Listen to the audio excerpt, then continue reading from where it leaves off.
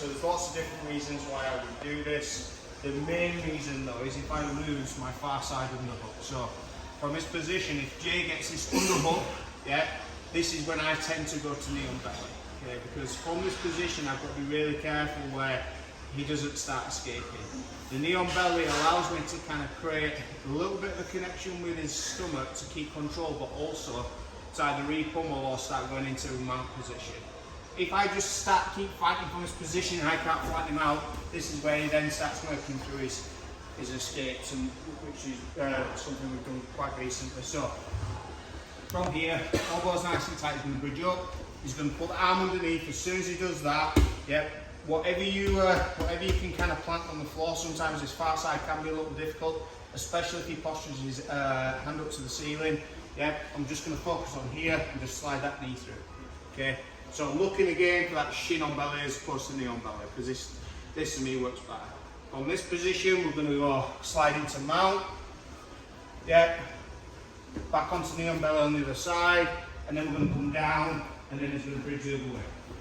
As soon as the arm's underneath, yeah, slide over, knee on belly, so I'm putting his hips and his shoulders back on the mat, into mount, over, knee on belly, and back through. So we get a couple of repetitions of that. Joe, if you just put your head that way.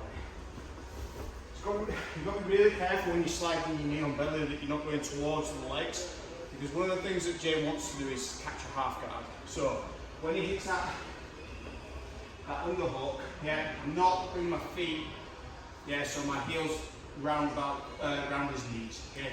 So the knee slides straight across, yeah, and then when I go to mount, I'm really conscious of where my heels go. So I'm not doing this. Yeah, so now it's an important guard. Just slides in, cross, and in, and then when I dismount, same thing. I'm really conscious of where my feet are going, and I'm not going into that position where they're going to a half guard. Okay? So, 1 for 1, on 3. 1, 2, 3. We'll probably do on Thursday again, just because it's a good drill time. Just a few of us at the moment, knee on belly, we're still kind of just doing this sort of thing where our foot's quite close, we don't really have good control. Yeah, when we get the knee on belly for us to score, we need this foot off the mat, and that foot into like a side kick position. Get used to it as well. This is where you're going to have that pressure. So when my weight's going down, it's going to make him kind of want to relieve the pressure, so either pushing the knee or hands come up, and this is where you're going to get the opportunities to start submitting and stuff. Okay, so when we've gone into a knee on belly position, not convinced him yet, so we can kind of pull up and start driving that knee in a little bit, where he then gets bored and starts trying to do something. Puts his hand on the opposite knee, same thing as we were doing last week, but we're going to do a slightly different attack. But the important bit is we lift him up, yeah, and see how that knee again just slides. I don't let his weight by being lifted up to allow this knee to drop. I always want this knee in this position, okay? So the knee's never dropping down into this position. There's no point, you've no control, okay? So from here, okay, gonna push the head and pull a little bit, and then sit on top of the head. Okay, you don't have to sit fully on top of the head, but your knees need to be either side of the body, okay? Go to the side. So I've got into my knee on belly position, create that pressure. He's now getting bored of the pressure, so I'm going to underneath, hook around the back of the arm, yeah, pull onto the side, push his head, and then sit on the head, yeah, into this position. And we'll look at the attack in a second. Try not to keep kind of sitting on his head where he feels like he's being assaulted or something.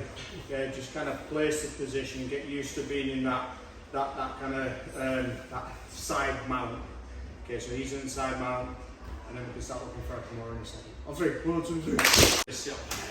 So like once you're in this position, we don't have to do it in training, you know, because it's boring.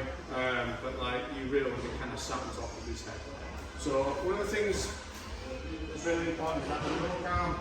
So when we're doing this, yeah, we're kind of, some of us are wrapping over, so that's an overhook, we want an underhook.